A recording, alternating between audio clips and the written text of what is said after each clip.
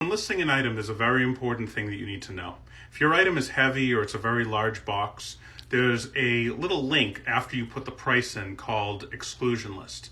Click exclusion list. And then I always do 4 tabs, but only when an item is very large and heavy or very fragile that I don't want to ship far distances.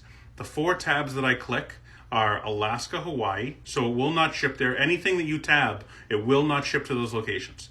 So Alaska and Hawaii, definitely don't want to ship there if it's big and heavy. Number 2 is going to be the APO, FPOs, which is the Air Force bases. They could be anywhere in the world that the U.S. has an Air Force base, so that item could be going to the middle of nowhere. And yet again, if you get a return from that, or you have to ship there, very, very expensive. And you can only ship through the United States Postal Service.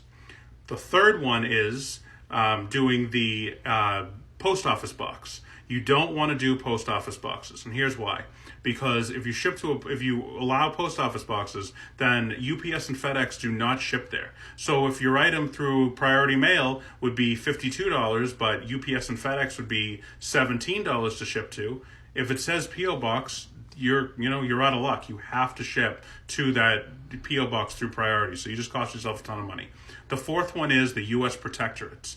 Those are all islands in the middle of nowhere. And if you end up like Guam and all that stuff, if you ship there and it breaks and they got to ship it back, costs you a fortune.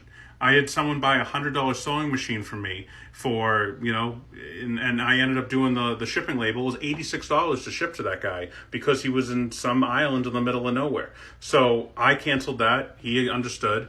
And I recommend to everybody, click those 4 every time for an exclusion list, every single time you ship anything big and heavy.